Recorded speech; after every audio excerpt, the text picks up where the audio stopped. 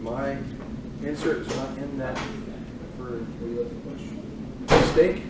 So take some notes. There is one in there that I taught like 5 years ago on big Sunday school in small spaces. So enjoy the extra little blurb there. My name is Jonathon Pierce. I'm from Second Chance Church in Icaipa and Sunday school minister there. Also with a host of other things that I do there, but the main focus is Sunday school. Came from Inland Lighthouse Church, helping Brother Philip. Always been involved in Sunday school bus ministry. So, but this was my first stint at actually running that whole entire children's ministry from the ground up, starting, getting people, the whole work. So,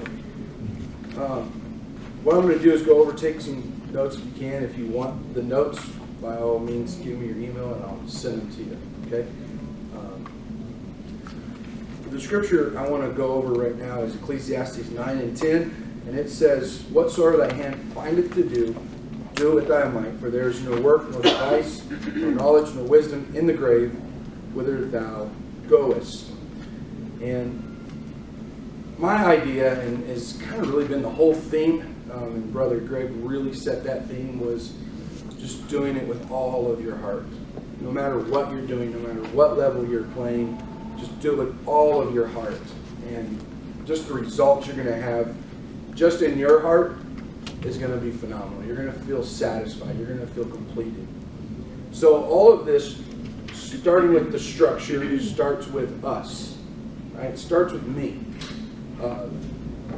Spiritual health is probably the most critical piece of being in administration. For me, being in administration, I think, oftentimes while I've been doing this for so long, this is so easy.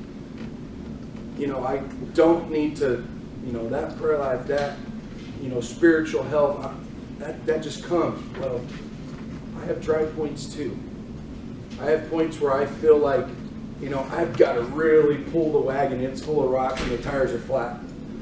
And so that spiritual health is incredible to me, leading the team, building whatever I'm going to build, making those adjustments. And going along with that is that I lose passion for kids ministry, or for that ministry, when I am not engaging myself with the one that created those little beings, these little humans. And I begin to lose my passion, and I begin to see kids ministry as a duty and not a calling. So building structure obviously starts with you. It starts with between you and God, and keeping yourself spiritually healthy is the number one piece that we need.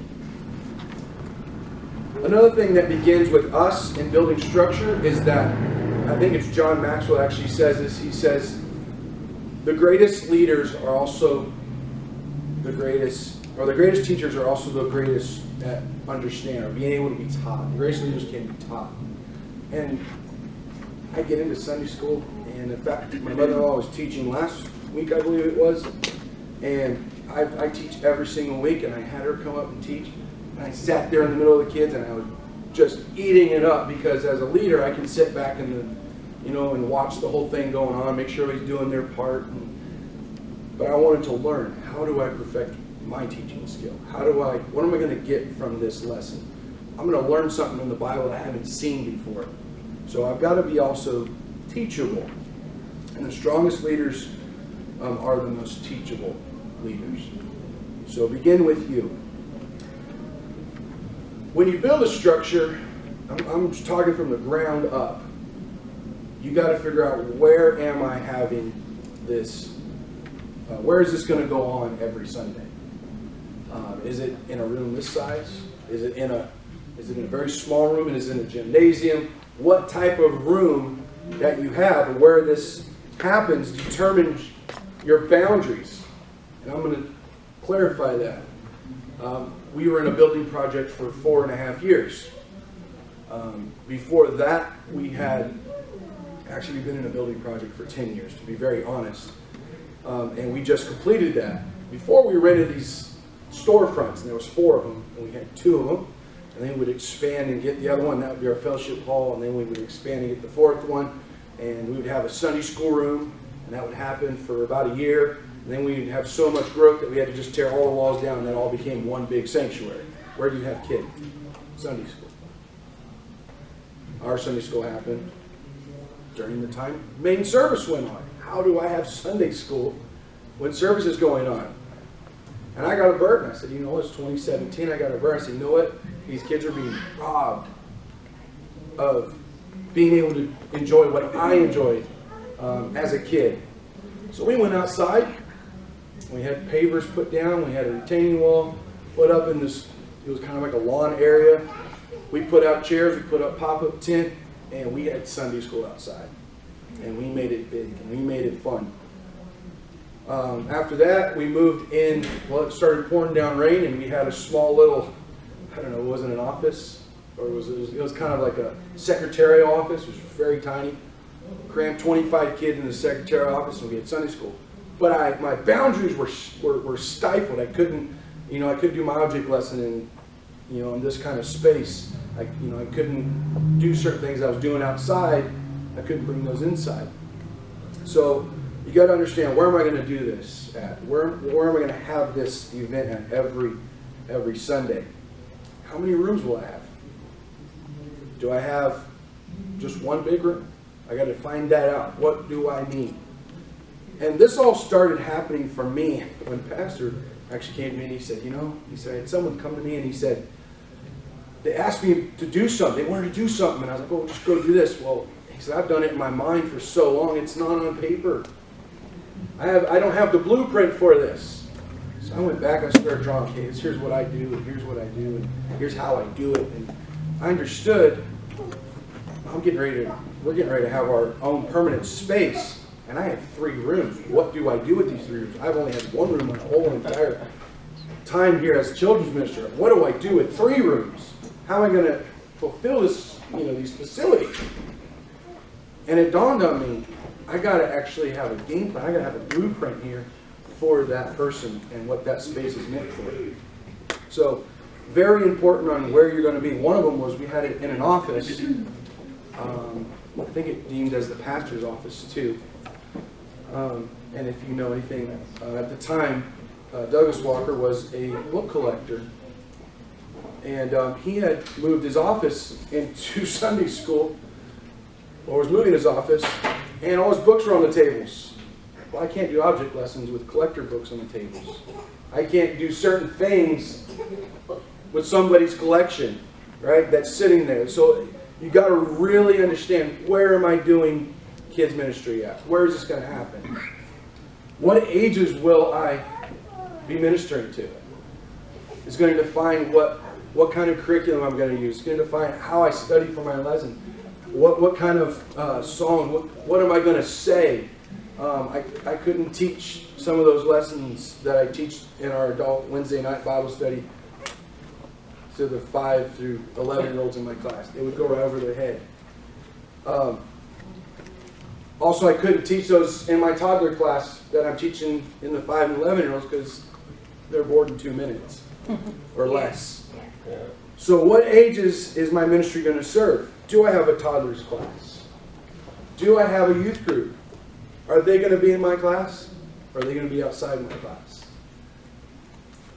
Will my classrooms have a big range? And this is something I've seen a common theme of even here.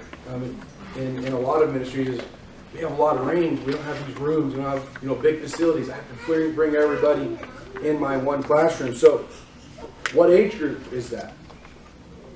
Have I done research on, what's the span, the time, the attention span of an 8-year-old? I know my attention span, and I have to force me to go beyond that. And sometimes it feels like it's not much more than an 8-year-old.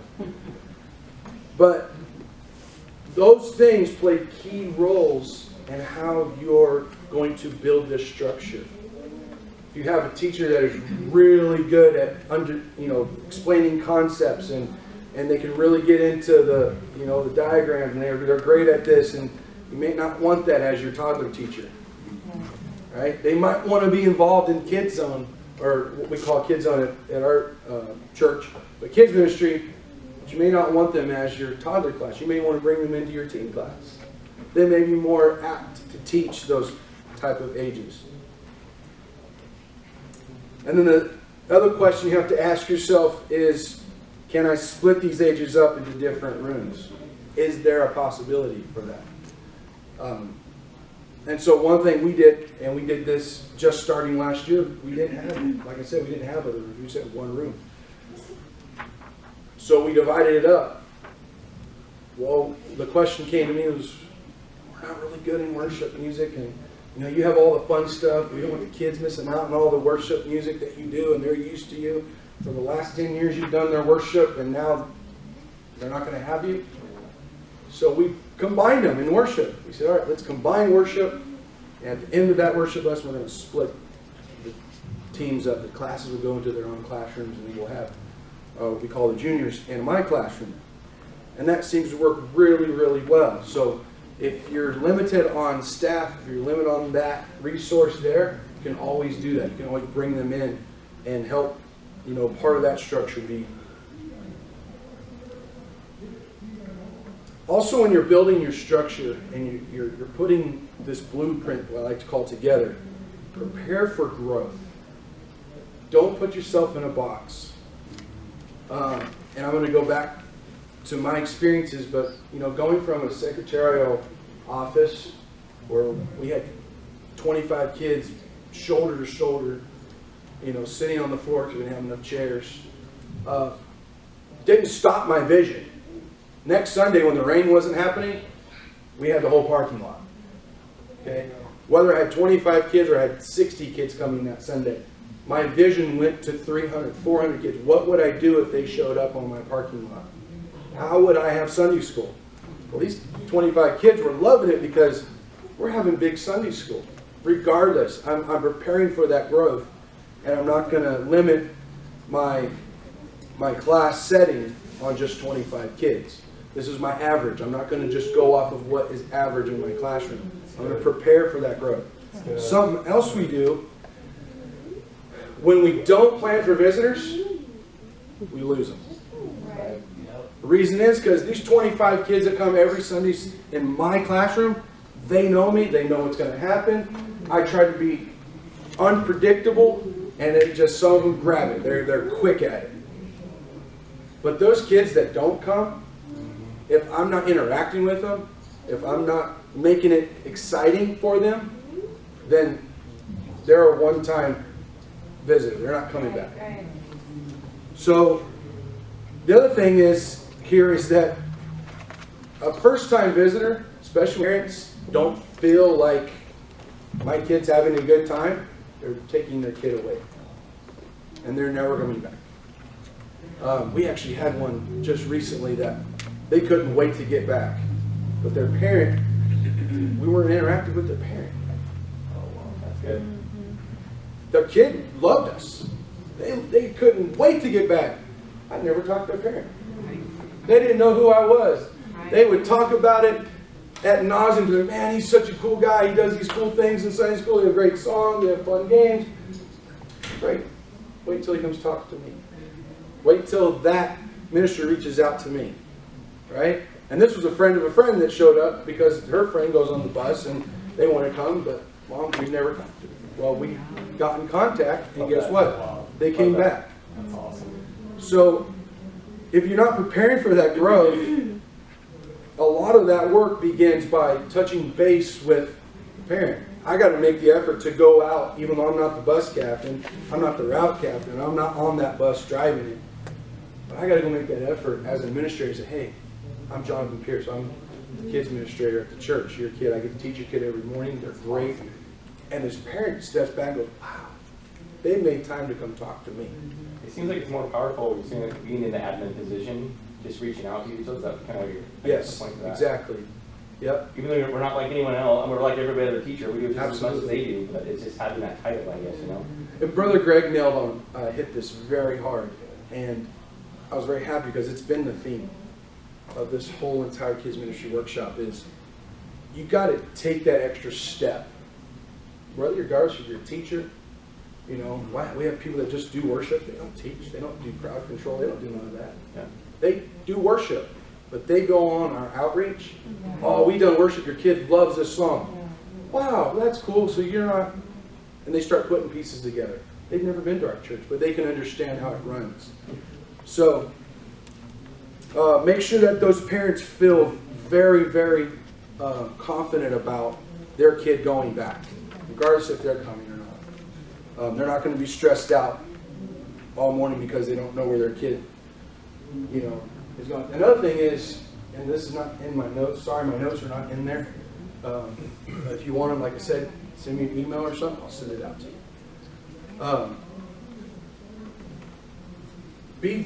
If a parent shows up, go out of your way to be overly friendly. Because we've had first-time parents come, and I go upstairs because we have a split-level church building. I go up in the main sanctuary, and there's kids sitting next to their mom. And I'm like, why are they up here? They should be in my classroom. Well, nobody was there to guide them where to go. They have no idea. Our greeting team and our team say, hey, we got to have some connection here. We have signs now. We have banners going, Kids Zone, check in here. Sounds a little, you know, well, they should know. Well, they don't. The first time they came here. If you go to an event, you're looking for the sign. Where's the bathroom? The kid's got to go to the bathroom. Where's that, concession stand? Where do I check in? Where do I register? And they got to feel very, very guided. And then after a while, they start picking up the process, and they'll bring others, and they don't have to be told where to go because they know where. But it's a quick way to lose visitors. Quick way to lose people coming back. One of the other main building pieces is design for safety. And my wife, my mother-in-law, they're in my class. I'm the biggest safety nerd. I mean, policy is my candy stick, okay? If I love kids running, I love kids, just being kids, but I also have an insurance policy I don't want to have to pull out from, or I don't want somebody come in. You just let my kid run outside, you let them in the bus. Yeah, get in the bus. That was very Gus. Shots fired. Okay, now, I'm curious about the whole real story. Who else did you We'll meet later. So, you're not the only one it's happened to. So we actually I have people that are assigned to lock doors. Yeah. We have one way in, no way out. Nice. I'm serious. Yeah. Why? Yeah. We had a 4-year-old walk out, middle of the parking lot. Whoa. No idea where they're at. Well, it's not my kid. Well, when that kid checks into your class, that's your kid. Yeah, absolutely. Okay?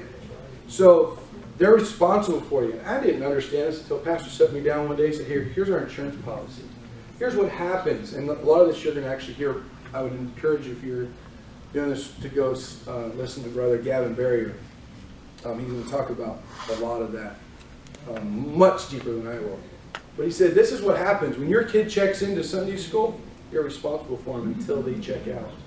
He goes, here's what our insurance policy covers. When they're covered inside this classroom, the moment they step out and they bust their lip on something, they're not covered. Well, guess what? That mom is not going to see that insurance policy. She's going to come to me and chew me out because I let their kid roam around. So, design for safety. A parent's priority when they drop their kid off or take their kid to Sunday school is not spiritual health. It's physical well-being. They don't care that their kid got spiritually fed, most of them anyway. They want to know if their kid was safe, they had a good time, and they can't wait to go back. And they didn't come home with a splint or crutches or a cast. Okay? So, as much fun as we want it to have, we want to make it obvious we want to make safety absolutely obvious when we're building these pieces. Name tags, room signs, staff members that they know they can go to and trust. to take them where they need to go. Can I ask a question? Go ahead. What, on kid safety, so there is an incident that's happened. I saw the forums that are in here as well that anyone in my house uses. But is that more impactful to come from the straight teacher to the parent and have that conversation, or the admin? Like, what is your suggestion? So in our situation, this is just a really small, but we never had Band-Aids. We didn't have a first aid kit. Okay? And we just got one.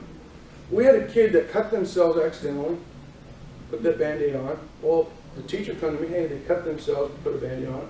I'm going to tell their parent, hey, look, the kid cut themselves. So I always say, coming from admin is more, it's like that responsibility when something happens and the CEO takes responsibility for some person that's sweeping floors or something down below. He probably didn't fire him, he just probably gave him a chewing out, or something. Or, that CEO, that person that's running that show, it's just so impactful for that parent to hear from them and say, hey, look, this happened. Versus somebody, even if it's the bus captain. I've went to parents' homes that were on our route with them. Hey, I'm ultimately responsible for this. And it just, it levels the playing field for them. So, make it obvious, but make it fun. Okay? I said there's two types of people in this world. There's us and then there's Tyler Hodge. So, fun is a whole different level. For me, I am an introvert. Nobody would know that, but I'm an introvert, and I've had to push myself to become that person that these kids now know me as that fun guy. When you show up, it's going to be fun. We're going to have a blast. There's going to be all kinds of stuff, crazy stuff happening. I'm not that guy that gets in costume. I am now, but I wasn't. Right. But I had to make it fun. Yeah. And when I made it fun, I never wanted to go back. That's good. I never wanted to turn around and say, okay. In fact, when it's boring, I'm like, I got to figure a way to make this fun. Yeah. Right. Yeah. Okay. When I'm designing my whole theme or my lessons or whatever, I'm like, where's the fun? Yeah. I know there's going to be doctrine here because I'm doctrinally based. Everything's going to be there, but where's the fun? Yeah. That's so good. And like I just said it, but even though as teachers we know our primary goal is to teach Christ. Yes. We're leading them to Christ. And we're creating disciples. But remember, they didn't come to find Christ. Most of them did not come to find Christ. They came because you gave them a candy bar last week, or you sang happy birthday to them, or whatever, and they like the songs, they like the fellowship. They're coming for social interactiveness. They came to have fun. So make it fun so they come back. One of the sayings I like to say a lot is faith with fun reaches little hearts. If you can mix that faith with works, and that works is fun, it's not work anymore, folks. It becomes, Tyler Hodge is a huge inspiration for me. Okay, I use him a lot. But there's, and he's humble too. But I grab from others, and I say, you know what, that's not me, but I'm going to make that me. That's good. Because I can teach you a Bible study, and I can go from Genesis to Revelations. We can get to Revelation on God. We can get all these things. I can teach you all these deep things. When it came to teaching kids, it was different. How do I teach this to a kid? I want them to understand this, but I want them to have fun. That's building structure. Building relationship. Pastoral relationship. I know people, and I've known people, not in my current staff, but in others, they didn't say hi to the pastor. They didn't really know the pastor other than hearing him preach. I'm not saying you have to sit down and have dialogues with them, but be on a relationship with your pastor. Let there be an accountability. I've told my pastor now, and we came to the church at the exact same time, and now he's my pastor, Brother Johnny Walker. And I told him one time, I said, here's my vision. And locked in with his vision. That's awesome. Yes. But not only locked in with his vision, but expanded his vision. Because now it's not just him preaching every Sunday night, Wednesday, whatever. He's not just teaching to the adults, but that vision is being transferred in what we call the belly of our building to the kids. It's locked, it's intertwined. It's a whole thing. When those parents go home and the kids come home, they start talking about the message and the lesson, it's one. Okay? That vision's being transferred to them so that when they turn teens and they're becoming disciples and they get on that platform, they are locked in with that vision. So stay in good relationship, support his vision, expand it, and have good communication. And this is, to me, this is just huge. Relationship with your administrators, or relationship with your team, communication with your team, understanding that, you know, I just did this, but I sat down with one of our teachers, and you know, I'm in good step with my pastor. I talk with him a lot. We have scheduled meetings. We're going to talk, and you know, here's some bullet points, and then we start talking. Hey, how's so and so? Hey, you know, this would be good if we. And I began to talk to somebody, and I didn't know anything. Okay, I try to keep out of the details. My job is to teach kids. And when I made this decision and began to speak and have this good communication with them throughout the last year, when we came to this one point that we just came to, it was a relief for them because they trusted me because we've been talking. Had I come to this point and knew, oh man, this is going to be so hard. This is going to be hard. I do not really could have damaged this person. So have good communication with your team. A little talk once a week goes a long way. Stay in contact with them. That goes to my next point, which is getting volunteers. How many have a heart? How many are actual admins? Pastor and admin. He's the admin. He's the head and the legs. And the body. And so, getting volunteers is the hardest thing, starting as an administrator, kids pastor, whatever you want to call it. Hardest thing for me was getting volunteers because, like I said, I had done it for so long in my head. Transferring it and articulating it to somebody else was the hardest thing for me. I'll be very transparent. But when I started breaking it down, what do I do? I sing songs, I act them out. Oh, I can have someone do that. Yeah. I can teach them how to do that. Yeah. I'm the crowd control guy. I'm the sheriff in town. You know, I'm the guy telling, hey, quiet. Can you take me to the bathroom? I'll take you to the bathroom. Hold on, guys. I can actually have somebody do that. Yeah. And I started breaking this down, saying, my team's expanding.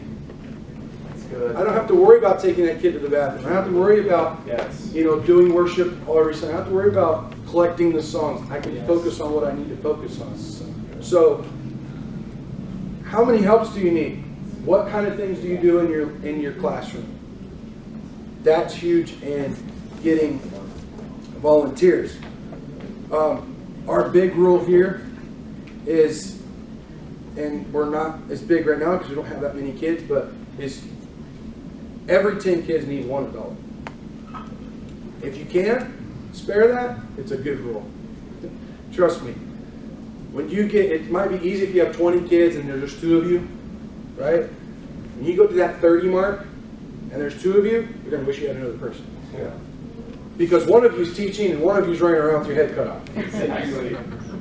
So I always say one adult for every 10, maybe 12 kids, depending on, and some adults can handle more than that, but if one's out, you're the boss and you're going to have to worry about it. So if you can get more in, and this is how I approach them. Hey, I don't need you to teach. I don't need you to sing songs. I don't need you to act them out. I need you to help me with ushering kids in, ushering kids out.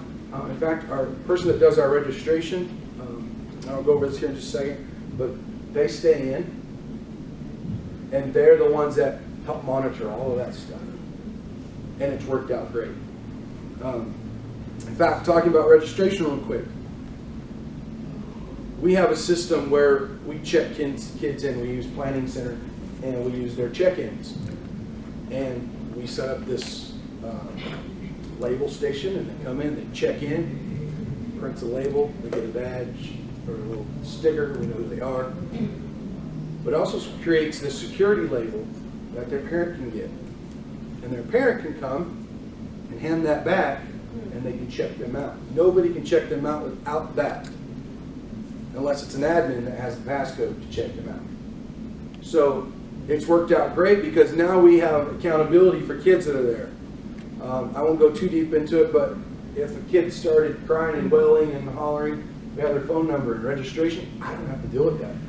They go to registration, they text their mom right from that app.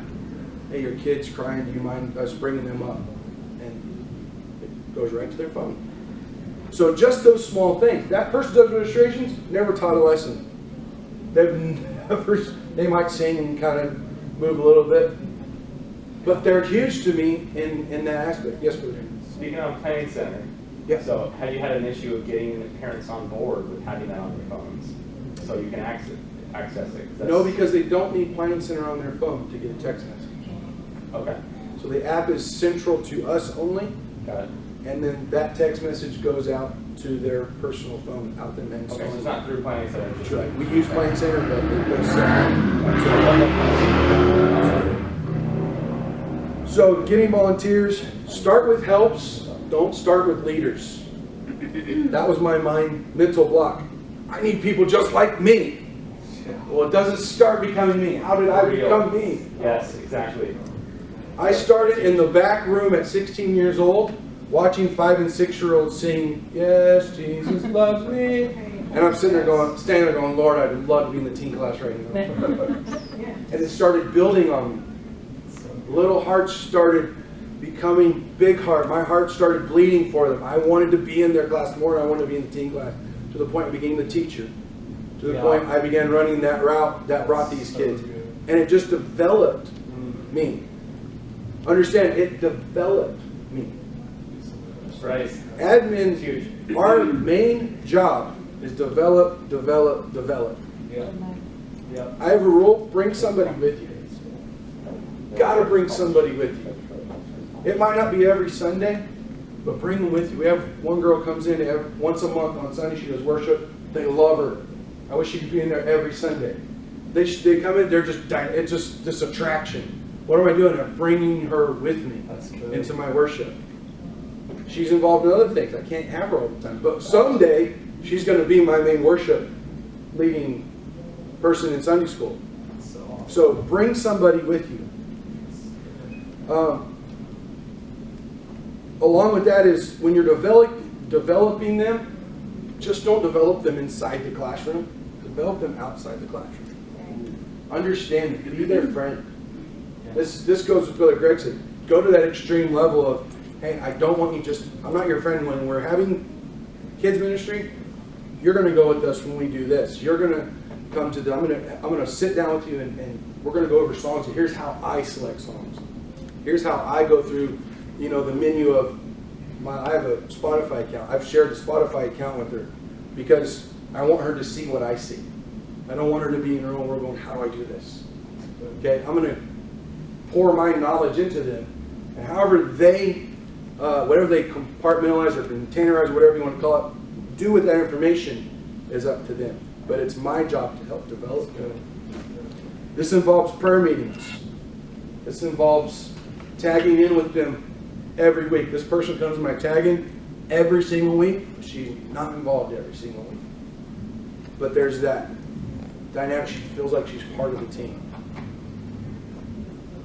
Promote books, get-togethers, kids ministry workshops. They're huge. We have, in fact, our person that does registrations here. She came last year. I think she came last year to the service. That's right. She wanted to, was the thing. She wanted to come last year. Her husband passed away. Anyway. But she started coming and just sitting in class. I said, don't do it. Just sit there. Enjoy the class. She does her registration. Phenomenal. I couldn't do it without her. I mean, trains other people how to do it. She's developing other people in registration. So I don't have to touch that. But we began to have a relationship with her, have this thing, and she had just got into church. She's only been in church 2 years, maybe, at the most. There's a development. She's bought in with kids ministry. All right, let me Curriculum. Make it exciting. I don't care what curriculum you use, as long as it's doctrinal sound. I'm very thematic. Brother Gabe was talking about. I do thematic quarters. Whatever you do, you use Pentecost Publishing House. You can use their pre-made handbooks for all different age groups. Whatever you want. There's many. I don't have them all down here, but my biggest one is write your own content. Right. Apostolics have the truth. Right. Write your own content. You can do so much with the Bible, a pen and paper and praying, and a great imagination. And Google. Amen. And Pinterest. And just and run with it. Good. You just, ApostolicSundaySchool.com. There's so many resources now that you can do. So, but whatever you do, make it exciting. That's right. A couple other things I want to finish up here with is funding kids ministry. When you're an admin, you have to have finance. Yes. Unless you are really good at getting everything for free. Yeah. Or you're a good dumpster diver. It's a skill. It's a skill. It can happen. Okay? We limped on a budget for years. I financed kids ministry myself for years just because I wanted it to happen. And the blessing was there. But it didn't have to be that way. There was fundraisers you can do. There's all kinds. I don't have them all written out, but you have to have some way to fund that. And the place I always start is talk to your pastor. This begins with your relationship with your pastor. Good. Here's my vision. Here's what it costs. Yeah. Okay, cost comes into play for administration. In fact, I just had a meeting with my pastor and I said, hey, here's our next theme. We're also having a VBS right after this theme, and here's the finance. And I was worried because I know what it costs. And he said, why are you worried about cost? You haven't given me the budget. Yeah. Show me the budget and don't leave anything out. And I'll let you know what we can't do. That was the first step. Let's talk to my pastor who knows the finance of the church. Let's see if we can finance this thing. And then we'll start farming out. Here's what we need for donations. Here's what the church can pull in. What else, other people, the connections that church members have on the outside world that we don't know. Yeah. They have connections. Quick story. The person who does our registration is connected to Crayola. And I didn't know this. Tons of boxes showed up from Crayola. And I'm like, wow, that's cool. Crayola's awesome. They're like, no, Sister So-and-so's awesome. I'm like, why? Because she has connections with Crayola. Oh, all it took me was just talking about it. And that person went and did their job and said, hey, we need this. Do you mind if we can get some donations for this? And it happened. She did. She supported the VBS that happened That's right. in Ensenada, Mexico for Brother Rodriguez. Where they passed out like She- over 150 backpacks. Backpacks. That's amazing. You got those for free from Crayola? Yes, and we were a part of that Insane. whole thing. So all it took was me as administrator saying, hey, here's our plan, here's our goals, this is what we need, this is where we're short. And I didn't know. How am I to know unless I have this communication with I don't know every detail. I don't want to know every detail of every person. But there's a relationship and there was a hunger for them to, hey, I have the connection. Actually, for, I know the fundraisers, if you guys don't have, sometimes just coming up with an idea that works. Yes. It's like car washes, all this stuff that's like little Yes. stuff.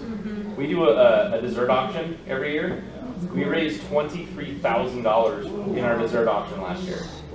So Wow. if you start small, Sure. but you get the people in church to make this stuff for you, Gotcha. and then you auction it off, but then people get bought in where it becomes a competition, like, and fun, trying to bid it up, where we start at like $300 per deal, right? So you're paying like one of them went for $1,200 this last year, a cheesecake. Yeah. A small little cheesecake. So, but if you can get your church bought in, it takes a few years to get to that point. We didn't start there. But last year was the most we'd ever raised, but it's huge. You can really, that's why we have 10 of our staff here. It's we wouldn't have been able to fund it had it not been for the dessert auction. We actually had, I think it was in Inland Lighthouse, we actually had a spaghetti dinner and they would do the fundraiser at the end. Awesome. Yeah. And I'm telling you, I would it wasn't about the description. They were buying. They knew where this money was going and the impact it was That's what it having is. It's on the Yeah. ministry. We just did really quick, we just did a rummage sale. It was actually for our youth, Elevate Youth. And what they did was they rented out spots to the community, $10 a spot, but whatever you sell, you make. Well, Kids Zone set up a lemonade stand. And you guys, we just sold lemonade and cotton candy for nothing. Yeah. Pennies. And we We raised brought in like $200 just off just the in bat. donations. That is Just in awesome. donations. It was like 3 And yeah, hours. it doesn't seem like a lot, but there wasn't a lot of people there. Yeah. Just people were like, here's a good cause, and it's all going towards our vacation Yeah. Bible school. Yes. Then that following Sunday night, we had a dinner. We cooked all of Kids Zone, and we raised, I think, over Like $600 and something $650 just just in for Sunday night God, dinner. thank you, And Jesus. if you are resourceful, Yeah. which I know a lot of us are, if you're in kids ministry, you have to be resourceful. Yes. That $650 will go so far. Yeah. Mm-hmm. It would. I'm telling you, my eyes were bulging like, wow, what could I do if I had double that? I mean, the sky's the limit right now. But that's huge. You have to fund kids your ministry. Okay. It's good. Let me end with this. Working in tandem with other ministries, and this has already been touched. Don't work alone. Your kids ministry is not alone. Right. Okay? Brother Greg said, work in bus ministry. So all of ours, our bus ministry is all under one umbrella. I delegate all that stuff out. But we also have people that are multi-ministry. Yeah. Some of them are involved in playing the music on Sunday. I have to be, we use Playing Center for that, but I have to be mindful. I can't have them every Sunday.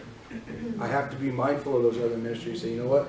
They're working on finding their purpose and their calling and their building. Well, that one person that's on that piano every other Sunday might be able to play piano for me at Sunday school when I have my kids' church.